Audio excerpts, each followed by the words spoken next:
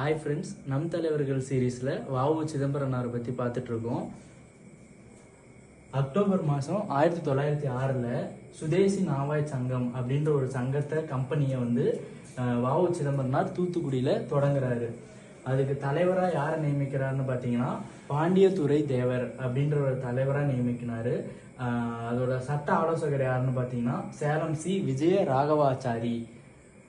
அதுக்கு செயலாளராக இருந்தவர் தான் வாவு சிதம்பரனார். சுதேசி நாவாய் சங்கத்தோட செயலாளர் யாருன்னு பார்த்தீங்கன்னா வாவு சிதம்பரனார். அப்புறம் பார்த்தீங்கன்னா இவர் தூத்துக்குடிக்கும் இலங்கைக்கும் இடையே 2 கப்பல்களை வாங்கி விடுறாரு. அந்த கப்பல்களோட பேர் என்னன்னு பார்த்தீங்கன்னா காலியோ லாவோ அப்படின்ற 2 கப்பல்கள். இந்த கப்பல் பேர் இம்பார்ட்டன்ட், காம்படிட்டிவ் எக்ஸாம் பாயிண்ட்ஸ் வியூவில் இம்பார்ட்டன்ட். இந்த கப்பல் பேர் கேள்வியாக கேட்கலாம். அதனால தான் இவர் கப்பல் ஓட்டிய தமிழன் அப்படின்ட்டு அழைக்கப்படுகிறார். அப்புறம் பார்த்தீங்கன்னா நவம்பர் மாதம் 18ஆம் தேதி 1936 இறந்துடுறாரு.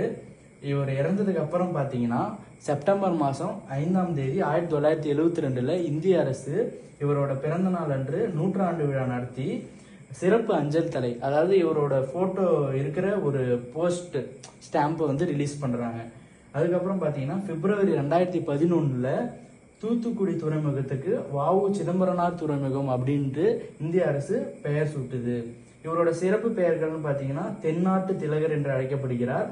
அப்புறம் முன்னாடியே பார்த்துருந்தோம், கோவை சிறையில் இவர் அடைக்கும் போது இவர் செக்கிழுத்தாரு அப்படின்ட்டு, அதனால செக்கிழுத்த செம்மல் என்று அழைக்கப்படுகிறார். அப்புறம் கப்பல் ஓட்டிய தமிழர் என்று அழைக்கப்படுகிறார். இந்த மாதிரி காம்படிட்டிவ் எக்ஸாம்ஸ் ரிலேட்டட் வீடியோஸ்க்கு காம்படிட்டிவ் எக்ஸாம்ஸ் தமிழை சப்ஸ்கிரைப் பண்ணிக்கோங்க. தேங்க்ஸ் ஃபார் வாட்சிங்.